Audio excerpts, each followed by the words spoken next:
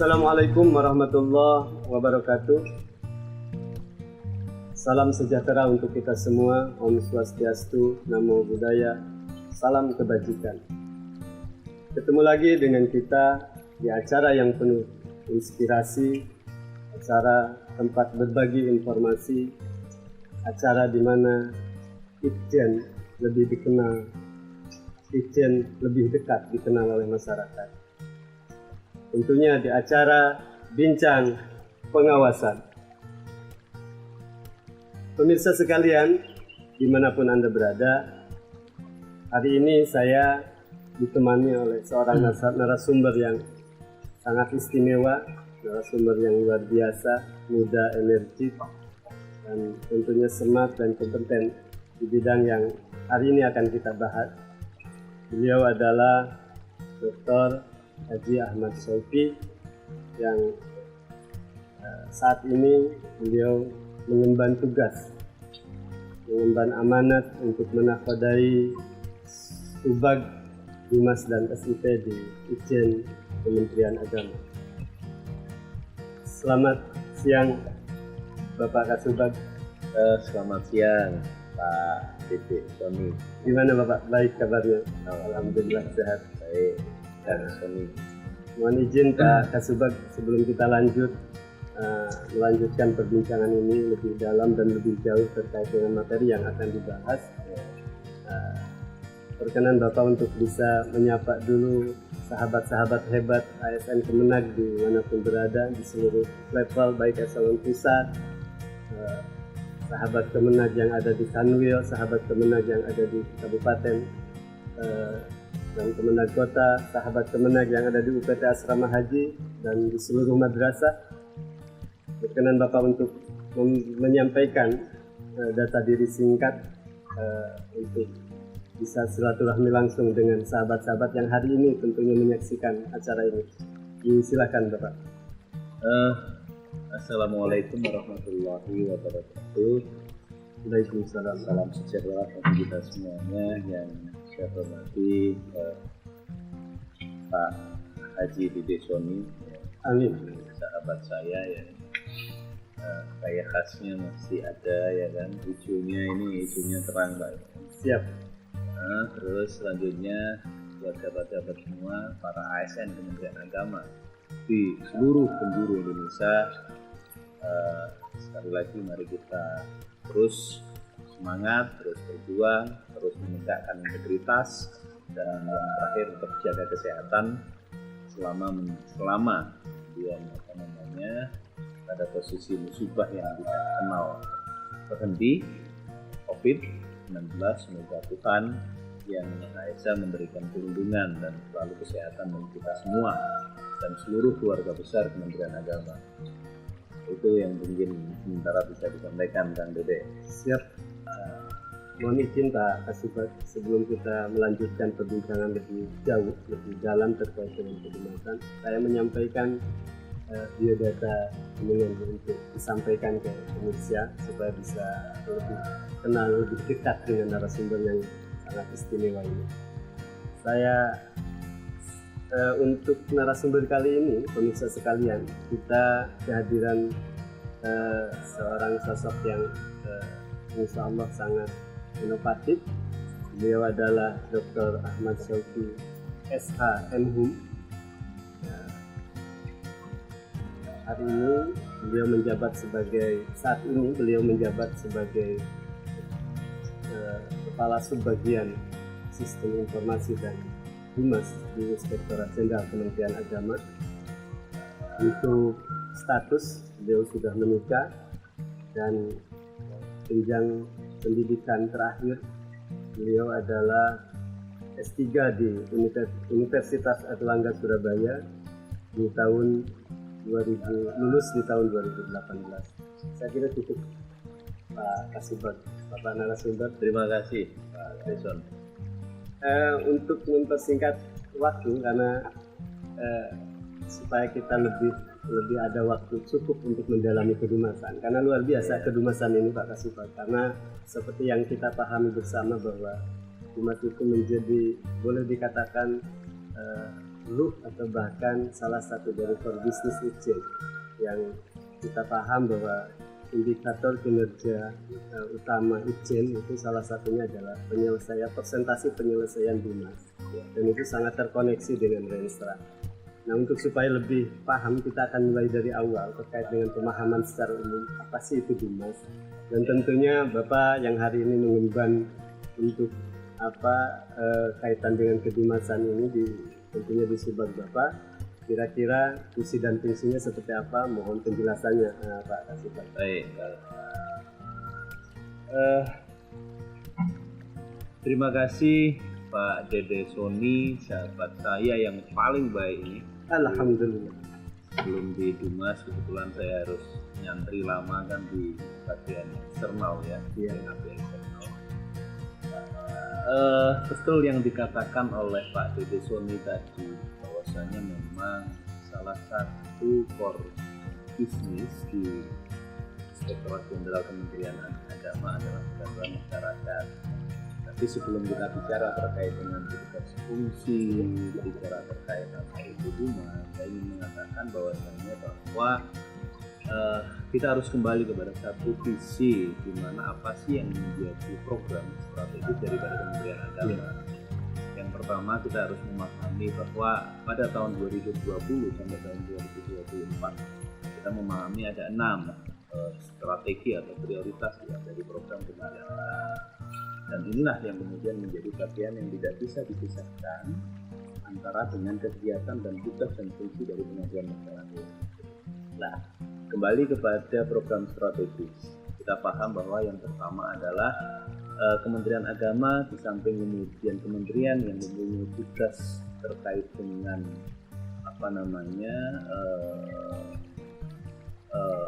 pengembangan terkait dengan pendidikan agama ataupun kemudian dan pendidikan, dua isu besar ini menjadi isu yang juga tidak kalah penting bagi Kementerian Agama, karena dua tugas ini yang menjadi core bagi Kementerian Agama. Nah, 6 tugas yang hari ini menjadi sangat strategis itu diantaranya adalah peningkatan kaitannya dengan pendidikan yang berkualitas dan merata. Ini sekali lagi yang harus kita ingat ya, pendidikan yang berkualitas dan merata.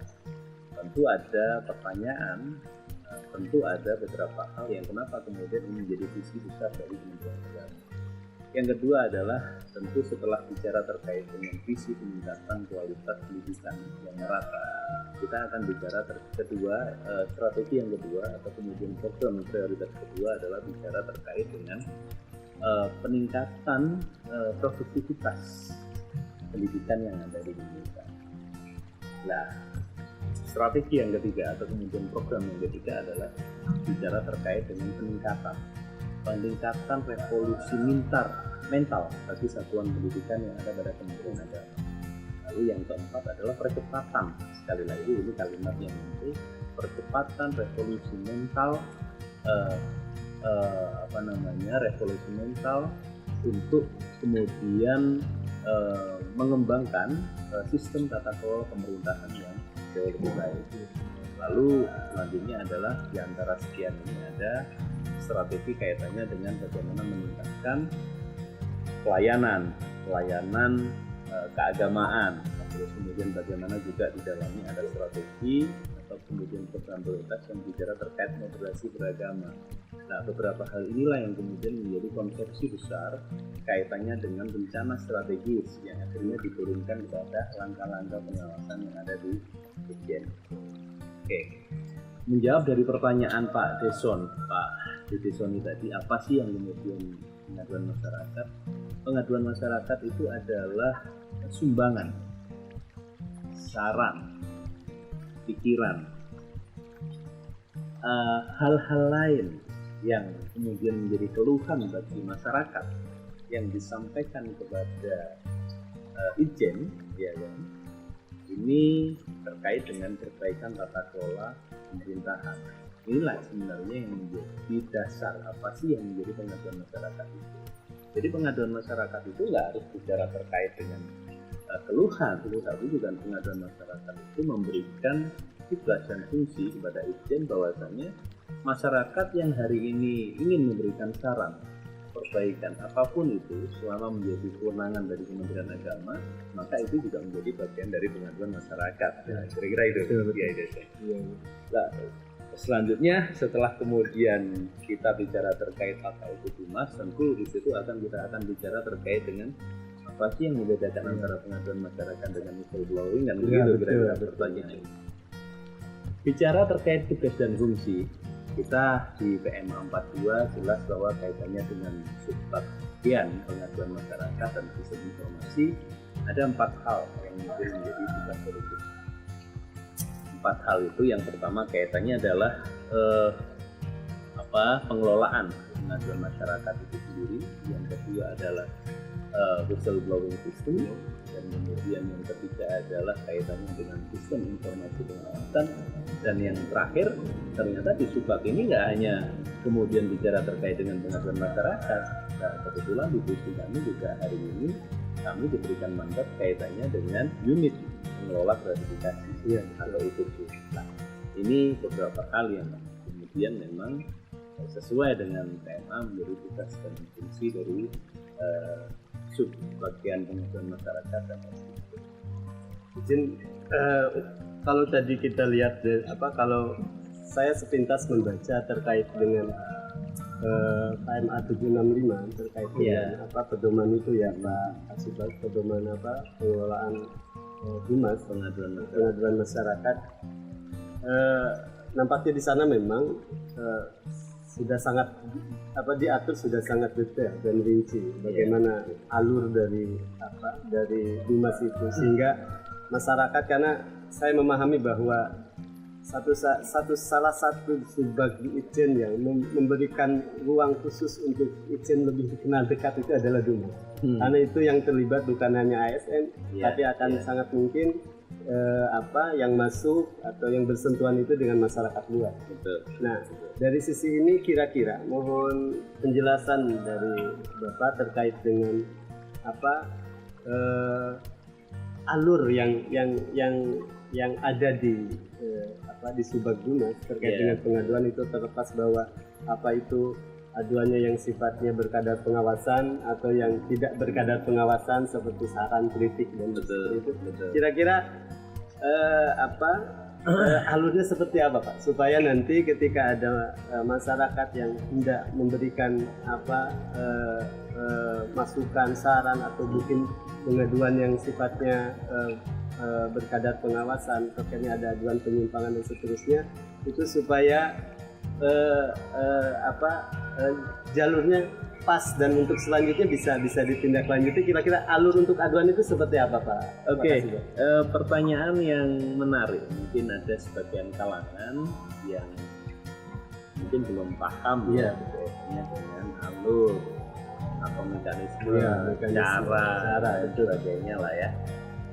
Bapak Ibu yang saya hormati, sahabat bintang pengawasan ya. Saya ingin mengembalikan bahwasannya tujuan dari pengaduan masyarakat ini adalah kita hadir dalam hal ini adalah negara hadir ya kan, dalam konteks memberikan pelayanan kepada masyarakat kaitannya dengan pengaduan masyarakat dan whistleblowing. Tentu dengan beberapa prinsip, ada prinsip yang efektif, efisien, profesional dan lain sebagainya. Inilah yang kemudian menjadi satu hal penting kaitannya dengan tujuan. Jadi tujuan dari pengaduan masyarakat ini salah satu memang adalah tujuan yang sangat mulia. Ingin mendengarkan masyarakat, ingin lebih dekat dengan masyarakat, dan tentunya pada outputnya adalah memberikan sumbangan, saran dan apapun terkait dengan perbaikan pada tata kelola pemerintahan. Tentunya hal ini adalah Kementerian Agama. Nah, lalu bagaimana alurnya? Bagaimana caranya? Nah, tentu kalau kita bicara terkait dengan alur, bicara terkait dengan mekanisme, kita nggak boleh lepas dari sebuah prinsip.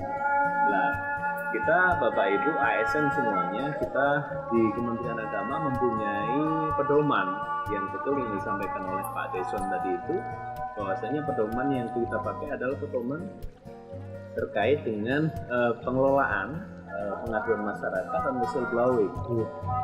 pedoman keputusan Menteri Agama pada tahun nomor 765 dan tahun 2018. Nah, di dalamnya jelas ada beberapa prinsip yang harus kita pegang. Termasuk inilah yang akan kemudian menurunkan kepada beberapa langkah terkait dengan mekanisme. Tentu kita ada beberapa media di situ. Mungkin Bapak Ibu kalau kemudian membuka di websitenya Ijen atau kemudian di beberapa media yang hari ini menjadi medianya dari Ijen, dari Instagram ataupun yang lainnya, jelas di dalamnya ada beberapa media yang dipakai dalam pengaduan masyarakat. Bisa lewat email, bisa lewat Simwas. Nah, Simwas ini adalah aplikasi yang memang kita bangun dalam hal untuk membangun satu konektivitas dan efektivitas antara masyarakat dengan kementerian, khususnya dalam hal ini adalah Inspektorat Jenderal Kementerian Agama. Lah, ada juga yang via SMS, ada juga yang via WA, ada yang juga kemudian mungkin di sisi yang lain selain dari ini ada e-lapor juga ya mungkin ya. Lah, tentu ketika kemudian Bapak Ibu menginginkan ada saran, kemudian masukan atau bahkan keluhan mungkin atas satu atau perilaku atau sebuah perbuatan yang memang itu adalah melanggar, ada nilai sosial atau kemudian ada pertentangan-pertentangan yang mungkin Bapak Ibu melihat ada satu kondisi tertentu yang membuat Bapak Ibu akhirnya merasa ada sesuatu yang ingin disampaikan kepada Ijen. Lah, tentu harus menyampaikan data diri dulu. Itu syarat ya Bapak? Ya, syarat yang penting. Ya, karena yang dikatakan sebagai pengaduan masyarakat adalah pengaduan yang jelas. Siapa yang mengadukan, siapa yang dilaporkan, dan sampai kemudian pada data dan bukti awal. Lah, ini menjadi bagian yang juga tidak kalah penting. Kenapa sih kemudian kita harus menyampaikan data diri? Tentu tahapan selanjutnya adalah kita melakukan konfirmasi. Nah, ketika tidak ada data diri, ketika tidak ada subjek dan objek yang di situ bisa kita lihat, tidak ada nomor misalnya, kita pun akan susah gitu loh melakukan klarifikasi. Nah, sejauh mana kemudian kita memastikan bahwa pengaduan ini betul, gitu kan, kira-kira kan. Nah, ini beberapa alur barangkali yang nanti bisa Bapak Ibu juga melihatnya di dalam KMA 765 tahun 2018. Jadi secara ini mungkin medianya banyak ya. Banyak. Jadi banyak untuk masyarakat bisa menyalurkan itu.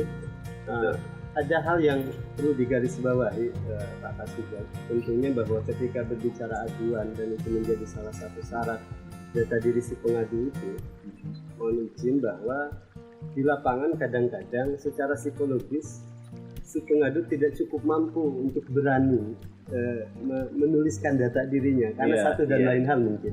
Nah itu tapi di sisi lain ketika memang aduannya cukup sangat luar biasa dan disertai dengan bukti-bukti yang cukup.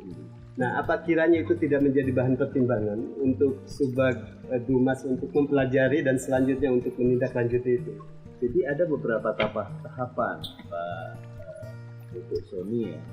Setelah kemudian pengaduan itu bahwasannya Bapak Ibu di samping biar bisa menyampaikan lewat media-media yang ada ya kan, bisa juga datang misalnya kan, datang ke Inspektorat Jenderal Kementerian Agama, datang ke Subag kami. Kebetulan di Subag kami sudah menyediakan satu ruangan khusus kan kaitannya dengan pengaduan masyarakat. Nah, artinya di sini ya kan kita mengembangkan dalam beberapa metode, baik itu yang langsung ataupun tidak langsung gitu kan. Lah, selanjutnya bagaimana dengan pengaduan-pengaduan yang misalnya tadi itu mungkin sebagian orang merasa khawatir dan lain sebagainya kan. Tentu kita ada punya tahapan-tahapan di samping itu laporan itu sampai kepada kami akan melakukan telaah. Setelah telaah di situ kami akan mengklasifikasi tentunya. Ada tidak data pelapornya, siapa yang melaporkan, siapa yang dilaporkan, apa sih data awalnya, apa sih bukti awalnya misalnya kan. Nah, setelah kemudian itu kami akan menentukan kriteria ini adalah kriteria yang masuk pada jenis yang apa, apakah ini penyalahgunaan kewenangan, apakah ini kaitannya dengan kepegawaian, Betul. apakah ini kaitannya dengan misalnya BMN, atau kemudian kaitannya dengan korupsi dan pungli. Yang hari ini kebetulan beberapa hari yang lalu kami kemarin persisnya kami juga sedang melakukan koordinasi yang intens dengan KPK kaitannya dengan melanjutkan kerjasama ya, atau perjanjian kerjasama yang sudah dimulai pada tahun 2017 kaitannya dengan integrated whistleblowing system di situ. Nah, ini menjadi bagian yang tidak terpisahkan Bapak Ibu kalau sudah bicara terkait dengan pengaduan masyarakat. Seiring dengan perkembangan zaman yang sudah cukup, teknologinya cukup kuat, maka kami misalnya di Subpatuma dan Dirjen harus beradaptasi dengan situasi dan kondisi yang hari ini memang harus serba terintegrasi. Betul. Inilah yang kemudian menjadi visi besar bagi seluruhnya, mungkin menjadi visi dari negara kita, ya kan, khususnya pada Kementerian Agama, kaitannya adalah perbaikan pada tata kelola pemerintahan. Nah, itu beberapa hal yang tadi kaitannya dengan bagaimana sih caranya kan kira-kira kalau harus melaporkan. Tapi juga jangan dilupa Pak Deson, bahwa kami atau di Dumas dalam konteks pengaduan masyarakat ini kaitannya dengan kerahasiaan itu juga sangat kita jaga, gitu loh. Artinya bahwasanya tentu itu menjadi hal yang juga sangat prioritas bagi kami untuk menjaga kerahasiaan itu. Karena disitulah kemudian beberapa prinsip yang muncul di dalam pengaduan masyarakat dan whistleblowing adalah kami harus independen, kami harus sangat rahasia, gitu. Selanjutnya Pak Kasubag mohon bahwa kalau berbicara Kemendag ini kan suatu institusi yang mengcover begitu banyak satker, dan kita sudah sangat paham bahwa kalau berbicara banyak satker berarti persoalannya juga relatif banyak dalam Kemendag. Dan saya kira untuk aduan ini juga mohon bisa diinformasikan kira-kira kalau berbicara masalah aduan per hari ini, kira-kira mohon infonya Pak, data yang masuk ke inspektorat, rata-rata jumlah aduan setiap, kalau bisa diklasifikasi rata-rata satu tahun itu rata-rata berapa, atau ada penjelasan lain terkait data itu Pak? Iya, mungkin saya nggak akan bicara detail ya. Pak Deson, tapi saya akan mencoba menyampaikan informasi yang apa adanya ya kan. Bahwasannya pengaduan masyarakat ini pada awal mulanya adalah terintegrasi dengan bagian eksternal ya, ini kan. Betul. Sehingga dalam proses sejarahnya, karena pengaduan masyarakat ini sekali lagi kita anggap sebagai ekspektasi atau harapan masyarakat yang cukup tinggi sebenarnya ya, kepada Kementerian Agama. Nah, memang sejak awal tadi kan saya sudah coba mengklasifikasi bahwa menjadi tugas penting bagi Kementerian Agama ini yang ketika mendapatkan mandat kaitannya dengan dua visi besar. Satu visi kaitannya dengan pendidikan, dan kedua kaitannya visi dengan keagamaan gitu. Dua hal itu ya. Nah, dua hal ini tentunya akhirnya kenapa Kementerian Agama hari ini menjadi kementerian yang juga sangat strategis dalam konteks pelayanan kepada masyarakat. Karena hampir di beberapa bagian selalu kemudian ada kewenangan dan tugas dan fungsi dari Kementerian Agama. Sehingga kemudian akhirnya di satu sisi ini menjadi sebuah harapan yang besar bagi masyarakat atau sebuah ekspektasi, di sisi yang lain ini juga menjadi pelecut bagi kita atau kemudian penyemangat ya, tentunya bagi ASN ya di seluruh Indonesia yang khususnya pada Kementerian Agama untuk terus satu profesional, untuk terus kemudian yang kedua terintegritas, kemudian yang ketiga selanjutnya tetap menjalankan tugas dan fungsinya secara baik. Nah, ini pengaduan masyarakat di kita hari ini jumlahnya memang juga tidak sedikit ya sangat tinggi sekali. Mungkin kalau bicara terkait dengan teori untuk output ya, ketika itu lembaganya tinggi atau besar, maka mungkin bisa jadi pengaduannya juga banyak besar. Nah, Saya coba menangkap bahwasanya di antara tahun-tahun dimulai 2015 katakanlah ya, 15, 16, 17, 18, 19 pengaduan kita siklusnya tentu naik turun. Mungkin tapi rata-rata angka sudah di atas 200 di bawah 400 lah gitu kan per tiap tahun ya. Itu yang masuk kepada ijen, baik itu yang melalui web, surat, atau media-media langsung, media-media yang lain atau kemudian datang langsung, baik langsung ataupun tidak langsung. Lalu mungkin di Edison mungkin tadi juga agak lupa bertanya mana sih provinsi yang agak tinggi. Nah begitu, gimana itu bocorannya Pak? Itu sebenarnya sudah menjadi rahasia dari kami sebenarnya gitu. Kan. Tentu kami hanya bisa memberikan password saja ketika tampilnya anggarannya besar, maka pengaduannya juga tinggi. Ketika tingkat pemelekan sosialnya juga tinggi, kuat, aduannya juga tinggi, ekspektasi masyarakat juga tinggi. Saya katakan bahwa pengaduan ini adalah satu cara positif. Orang mempunyai sebuah ekspektasi gitu, kepada Kementerian Agama. Saya ingin mengatakan itu gitu. Jadi sekali lagi tidak hanya kaitan atau bicara terkait dengan satu masalah sebenarnya. Tapi di sisi yang lain saya menangkap bahwa pengaduan masyarakat ini adalah sebuah ekspektasi yang sangat positif sebenarnya. Masyarakat yang disampaikan kepada Kementerian Agama. Nah itu sebenarnya saya ingin meng-underline ya sekali lagi ya. Ini adalah ekspektasi yang positif. Saya udah ada kata yang sangat luar biasa yang tadi di underline itu. Ini adalah media di mana masyarakat bisa mempunyai ekspektasi yang sangat besar terhadap Kementerian Agama ini melalui secara politik. Masuk ke agak sedikit ke lebih sangat substantif Pak Subag. Kalau berbicara pengaduan ini kan, ini aduan masuknya banyak Pak. Iya. Nah, otomatis aduan itu dengan berbagai jenis, dengan berbagai dengan esensinya yang berbeda-beda itu kira-kira cara pengolahannya itu ada skala prioritasnya. Aduan mana yang harus didahulukan atau aduan mana yang kira-kira masih bisa delay, depending, atau selanjutnya mana aduan yang bahkan masuk tong sampah misalkan karena tidak memenuhi kriteria. Kira-kira aduan-aduan seperti apa yang menjadi skala prioritas untuk ditindaklanjuti segera? Mohon penjelasan. Oke, sebelum tadi sebenarnya sudah hampir sama seperti yang saya sampaikan di awal kaitannya dengan mana apa sih kriteria pengaduan yang kemudian harus ditindaklanjuti. Pada prinsipnya seluruh pengaduan adalah sesuatu hal yang positif, baik itu yang kemudian memenuhi kriteria sebagai bentuk aduan yang dapat ditindaklanjuti ataupun tidak katakanlah. Pada intinya dulu bahwa semua pengaduan pada intinya adalah untuk tujuan perbaikan pada tata kelola yang beradil.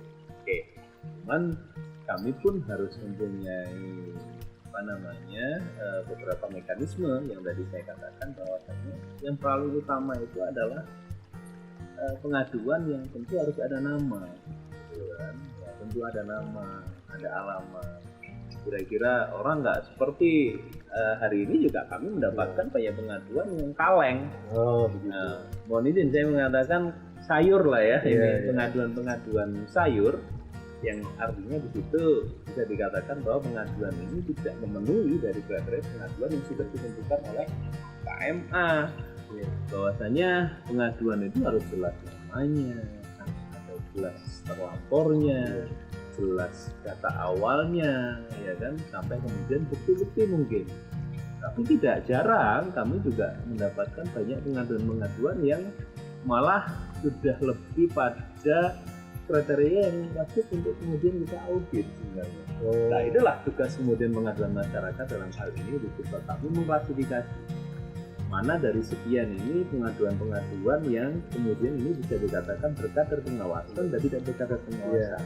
Lalu dari sekian pengaduan ini mana yang kemudian tidak dapat dilanjutkan, mana yang dapat dilanjutkan, ini akan tergantung pada telaah yang dilakukan oleh Bebas Dumas. Nah tentunya ini juga dengan ketentuan-ketentuan yang ada dalam melakukan proses telaah, karena setiap case dan case yang lainnya tentu pendekatan peraturan perundang-undangannya pun berbeda. Tentu ada yang kemudian memang tidak jarang karena ada pengaduan yang juga langsung sifatnya dari pimpinan misalnya, yang ini pada satu kondisi tertentu kita anggap sebagai extraordinary misalnya, tentu kita harus meresponnya agak jauh lebih cepat dan kencang lagi. Jadi tentunya nanti ada aduan yang ketika itu memang hasil selang itu harus bergeser ke audit, nanti itu menjadi bagian yang akan ditindaklanjuti oleh dalam hal ini mungkin keterkaitannya sama investigasi mungkin ya, Dimas, atau tidak juga? Tidak harus semua pengaduan masyarakat akan diteruskan kepada investigasi. Cuman sekali lagi yang harus kita pahami, ada beberapa prinsip dalam pengaduan masyarakat ini adalah yang paling utama adalah tidak selalu yang dikatakan pengaduan masyarakat ini benar, gitu kan? Betul. Kita harus menggunakan prinsip asas praduga tidak bersalah. Jadi kita anggap bahwa seluruh apapun yang menjadi dari subjek atau materi dari pengaduan, kita harus mempunyai pretensi bahwa pengaduan ini adalah dengan asas praduga tidak bersalah. Nah, itu ada asas-asas lain di situ itu yang harapannya juga menjadi kendali bagi Subkadmas, di samping kemudian independen, profesional, efektif, efisien, ya kan. Tentu aplikasi yang ada di Submas itu menjadi bentuk satu konektivitas antara instrumen pemerintah dan hal ini adalah Ijen dengan kemudian masyarakat agar jauh lebih efektif pengaduan-pengaduan itu yang masuk kepada Ijen. Tidak perlu datang misalnya. Ada efisiensi di sini kan misalnya, ada efektivitas di sini misalnya kan. Nah ini beberapa hal yang menjadi prinsip utama dari pengaduan masyarakat. Jadi yang lebih utama sekali lagi, tidak semua pengaduan masyarakat yang masuk kami itu semua adalah betul apa adanya. Tidak jarang, mohon maaf saya juga harus menyampaikan, ada beberapa pengaduan masyarakat yang tidak jarang itu adalah persoalan like and dislike, suka nggak suka, bahkan cenderung pada kami mengatakan pada pencemaran nama baik sebenarnya lah. Berhubung kemudian kalau kita bicara terkait dengan hukum ya kan, ini kan kita bicara terkait dengan kepastian, ketertiban dan lain sebagainya. Karena manusia ini kan adalah homo homini lupus ya kan, manusia serigala bagi yang lain, maka salah satu fungsi dari hukum itu adalah membangun ketertiban. Iya betul, termasuk ketertiban sosial. Ada ya Pak, beberapa mungkin tidak, bahkan banyak ya Pak, sebab terkait dengan aduan ini yang justru jauh dari istilah objektif, jauh dari istilah bahwa untuk perbaikan dan seterusnya. Ini malah yang motif yang muncul itu malah posisi like and dislike itu yang bahaya tentunya kalau kita salah menyikapi, kita salah menindaklanjuti malah ini ya. Selanjutnya mohon izin, itu yang kemudian saya katakan salah satu prinsip yang tidak kalah penting di samping kemudian asas praduga tak bersalah adalah objektif, independen. Kalau mau ini lebih jelasnya, ini kan karena Dumas ini adalah bersentuhan langsung dengan masyarakat, dengan berbagai media yang ada, ini termasuk layanan publik atau bukan Pak? Oke. Pertanyaan yang menarik sebenarnya. Pengaduan masyarakat ini secara tugas dan fungsi memang terbagi. Yang pertama adalah pengaduan masyarakat yang lokusnya itu ada di Ijen. Tentu kewenangan yang ada di Ijen ini adalah kami di Ijen adalah sebagai pengelola. Nah, di samping kemudian di Ijen, sebenarnya tugas dan fungsi kaitannya dengan pengaduan masyarakat itu juga sebenarnya ada pada Kanwil, ada pada Perguruan Tinggi Negeri Eselon 1. Sebenarnya di hampir seluruh eselon 1 itu mempunyai nomenklatur terkait dengan pengaduan masyarakat. Punya sifat kaitannya dengan pengaduan masyarakat. Nah, bagaimana kemudian antara Ijen dengan Kanwil misalnya? Nah, karena kaitannya dengan tugas dan fungsi pengawasan itu melekat pada Ijen, maka tidak jarang pengaduan masyarakat ini di satu sisi tidak bisa dianggap sebagai pelayanan. karena tugas dan fungsi izin adalah Melekat. sebagai pengawasan. Iya. Tapi bagaimana posisi pengaduan masyarakat yang ada di Kanwil, yang ada di perguruan tinggi negeri, bisa perguruan tinggi, dan atau kemudian di eselon 1. Sejauh kemudian tugas dan fungsinya adalah juga termasuk di dalamnya adalah pelayanan, maka tugas dan fungsi kaitannya dengan pengaduan masyarakat yang ada di dalam satker tersebut adalah juga pelayanan. Nah, ini adalah satu sistem yang tentunya sudah cukup terintegrasi sebenarnya. Kami di Subsat Humas melakukan pengelolaan karena tidak jarang mungkin karena masyarakat mungkin jauh lebih punya ekspektasi, artinya merasa bahwa tugas dan fungsi izin ini adalah kaitannya dengan pengawasan, maka seakan-akan pengaduan ini dilarikan kepada izin, padahal sebenarnya juga bisa disampaikan kepada sektornya masing-masing. Jadi kalau istilah pengaduan itu akan sangat mungkin bahwa si pengadu itu langsung ke izin mungkin, atau selanjutnya ada jenjang. Memang sesungguhnya izin lebih menyarankan bahwa ketika itu adalah yang diadukan itu adalah misalkan di Kementerian Kota, maka jenjangnya itu aduan harus ke Kementerian Kota, setelah itu ke Kanwil. Kalau mentok-mentoknya di Kanwil berarti lari ke izin atau gimana? Tidak. Jadi tugas dan fungsi itu sama persisnya apa yang ada di Inspektorat Jenderal Kementerian Agama, di Izin ataupun kemudian di satker-satker itu gitu kan. Sejauh kemudian telah ditentukan di dalam KMA 765. Nah, bagaimana kemudian? Apakah kemudian harus dulu ke Kanwil misalnya kalau konteksnya ini adalah Kanwil atau tidak? Sejauh kemudian ada kadar pengawasan, maka pelapor pun bisa menyampaikan kepada Ijen gitu. Tapi juga di satu sisi karena fungsi pelayanan terkait dengan pengaduan masyarakat itu ada di satkernya masing-masing, maka pun tidak juga dibolehkan bagi pengadu ataupun kemudian pelapor untuk menyampaikan kepada satkernya masing-masing. Nah, ya. Tapi seringkali memang orang karena melihat bahwa fungsi izin ini adalah pengawasan, maka seringkali mengartikulasi bahwasanya seluruh pengaduan itu seakan-akan harus disampaikan kepada Inspektorat Jenderal Kementerian. Karena mungkin pada realitasnya Pak Subsat bahwa ketika seseorang akan sangat bahwa kejadiannya bisa mungkin aduan itu bisa disampaikan ke Kanwil, dan dalam kesempatan yang lain dia juga adukan ke Izin. Iya. Dan pada prosesnya mungkin di beberapa case ketika bahwa itu terjadi tidak ditindaklanjuti oleh Kanwil dan Izin menindaklanjuti. Sejauh ini sudah ada proses rekonsiliasi nggak terkait dengan aduan yang ada di Kanwil, sejauh mana telah ditindaklanjuti.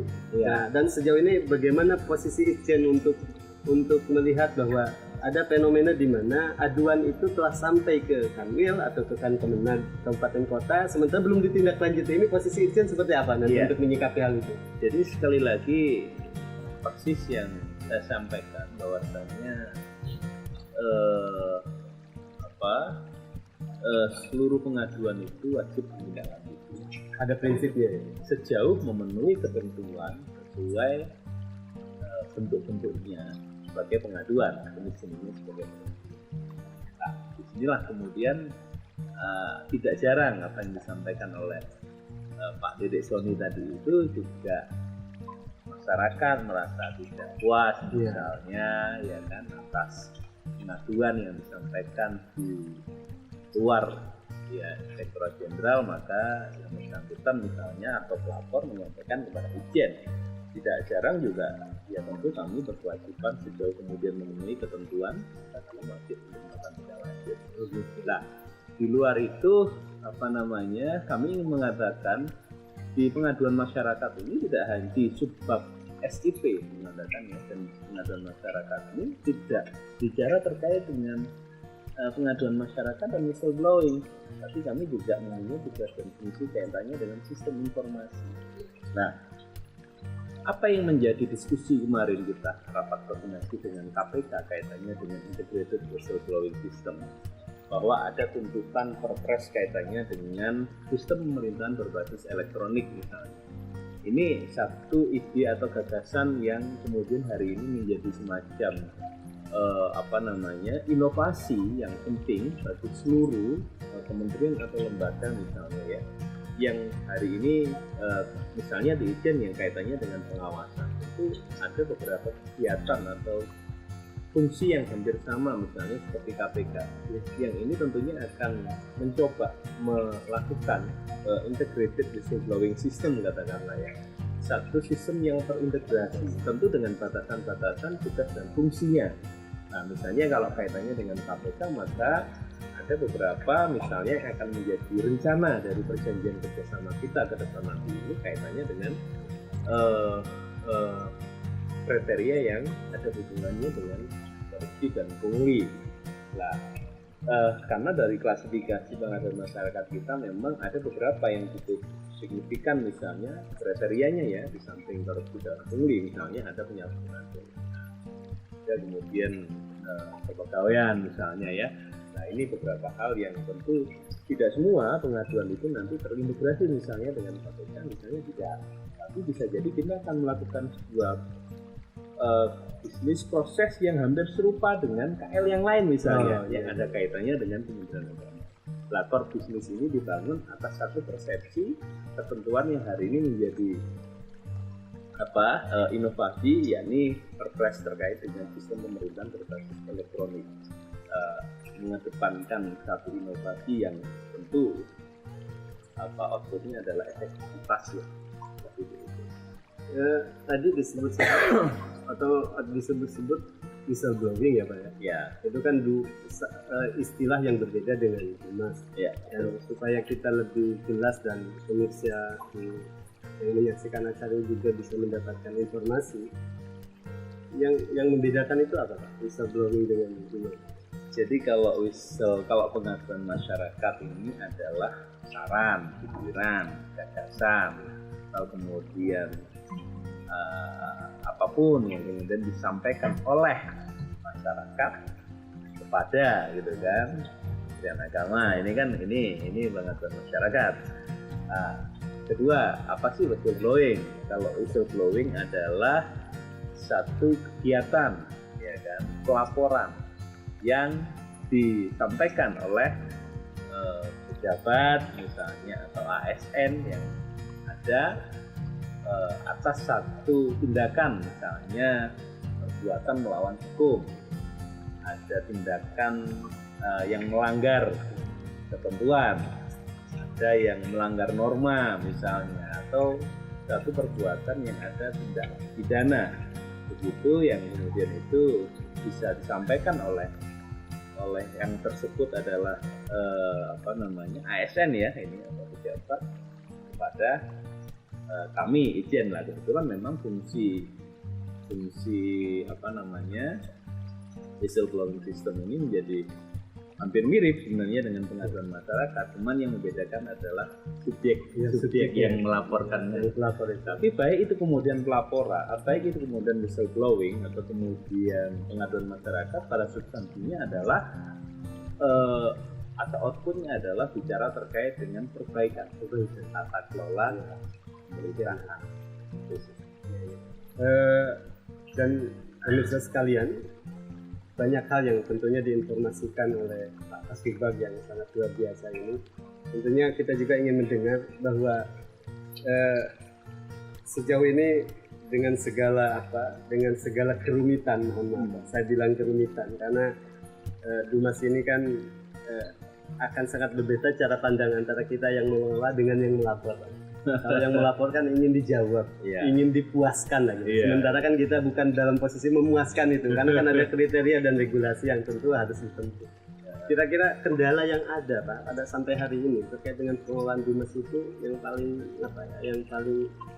kendala yang paling krusial atau yang paling utama itu seperti apa? Mohon penjelasan Pak. Ya, terima kasih. Ini pertanyaan yang juga tidak kalah menarik sebenarnya.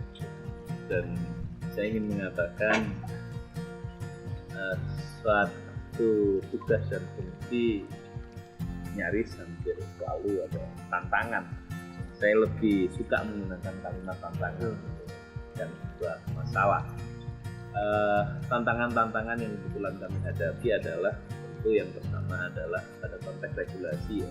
Pada konteks regulasi bahwa kami justru menginginkan bahwasanya ke depan bagaimana ada satu tata kelola regulasi, baik itu pada tata kelola regulasi yang pada umum terkait dengan kementerian agama yang tentu ini membutuhkan satu harmonisasi, penyesuaian atau penyelesaian antara satu aturan dengan aturan yang lain, baik itu yang di atas atau yang di bawah misalnya ya.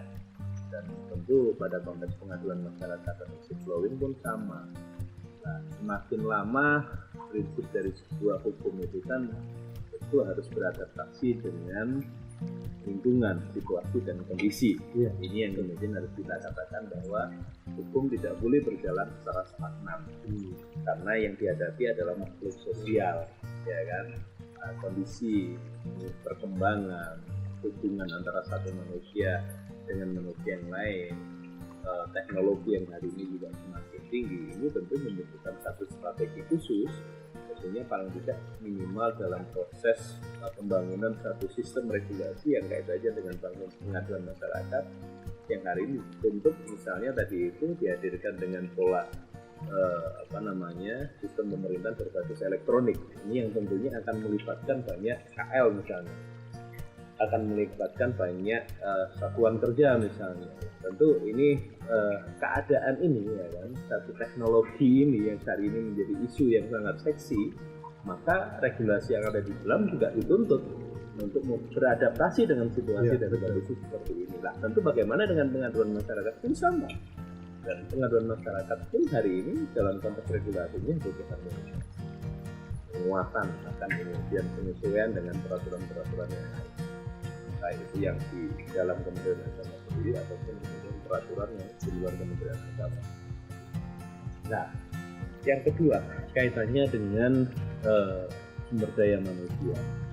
Nah, sumber daya manusia menjadi sangat butuh tentunya itu karena pengaduan masyarakat yang juga semakin hari semakin tinggi, kesadaran masyarakat untuk bahwa sistem ini harus membutuhkan perbaikan misalnya dan terkait dengan tata kelola pemerintahan yang baik, maka harapan ke depannya SDM ini harus betul-betul dilakukan rekrutmen atau kemudian asesmen misalnya, agar tentunya outputnya adalah pengaduan itu bisa jauh lebih berjalan lebih cepat lagi, berjalan lebih efektif lagi, sehingga kemudian ada rasa keadilan di situ, karena tujuan dari pengaduan salah satu adalah keadilan kan, kepastian kan, gitu kan. Maka tentunya sumber daya manusia yang ada di internal itu akan menjadi jauh lebih efektif ketika ada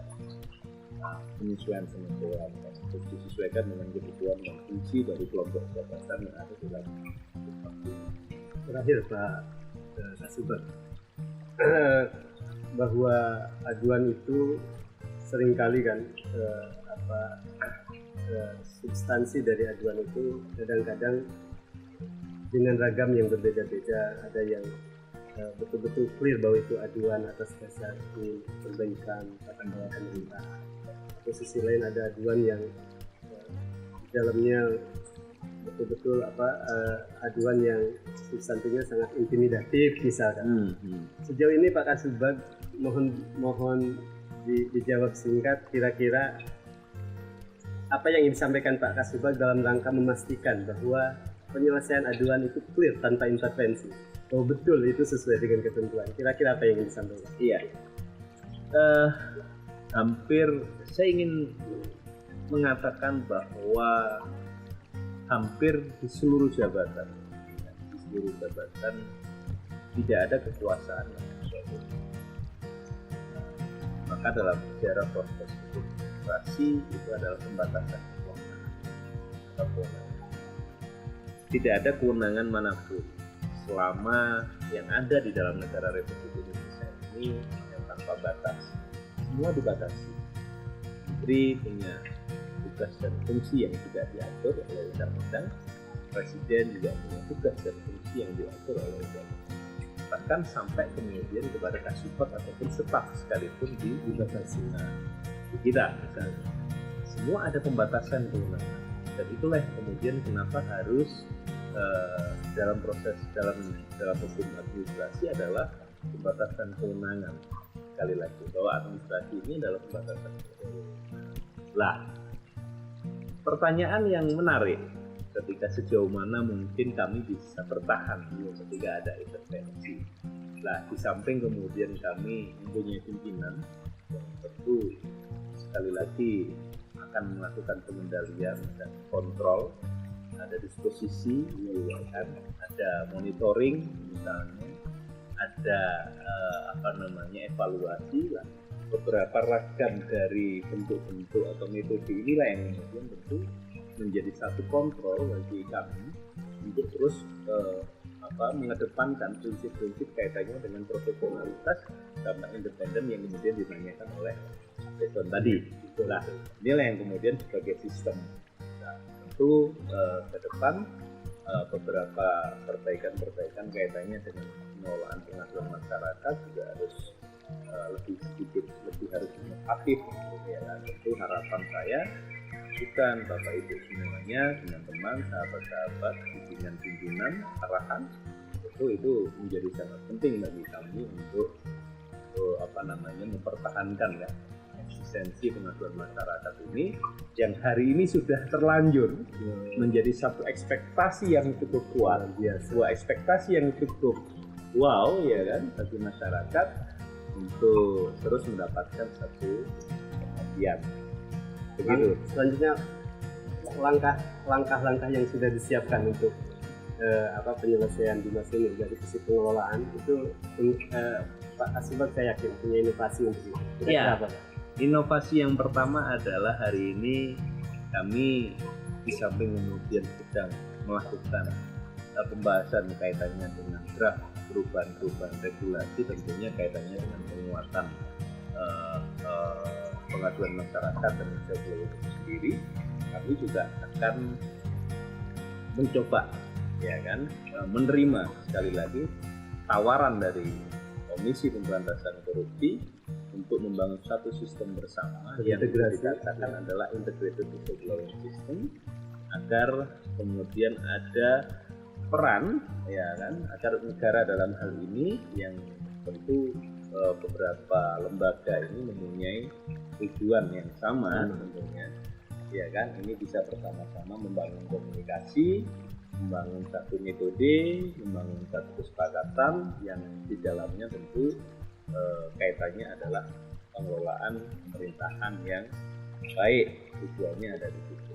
Nah, di samping kemudian sistem yang hari ini sedang kita bahas dengan KPK, mungkin perbaikan kaitannya dengan sistem-sistem yang hari ini menjadi mandat penting kaitannya dengan ke depan ini target sistem pemerintahan berbasis elektronik ini meniscayakan bagi kita semuanya ini harus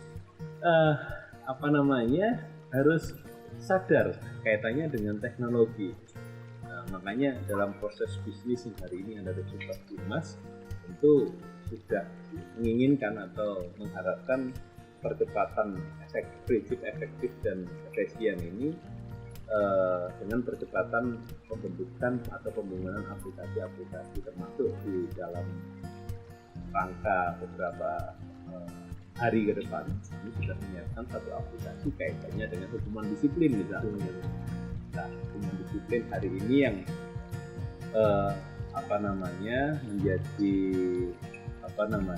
satu yang menurut kami butuh mendapatkan satu perhatian dan kaitannya dengan tata kelolanya terkait dengan pemantauan proses monitoringnya, misalnya sejauh mana dan kapan itu kemudian bisa disampaikan kepada yang nah, itu beberapa inovasi yang tentunya kami juga mengharapkan Bapak Ibu semua akan bisa memberikan masukan yang positif membantu kami untuk memberikan masukan yang positif dalam proses pengelolaan masyarakat. Terima kasih. Closing statement Pak Kasubag untuk sahabat hebat yang ada di luar sana yang menyaksikan ini, kira-kira apa yang ingin disampaikan, ekspektasi, harapan dan seterusnya, monggo silakan Kak. Sahabat hebat yang di luar sana, seluruh ASN Kementerian Agama yang hari ini sedang enjoy bersama kita semua dalam bincang pengawasan. Saya ditemani oleh sahabat saya, Kiai Deson, Kiai Dede Soni ini kan. Hari ini kita coba mengelaborasi satu isu, satu part di dalam Inspektorat Jenderal yang bernama pengaduan masyarakat, whistleblowing.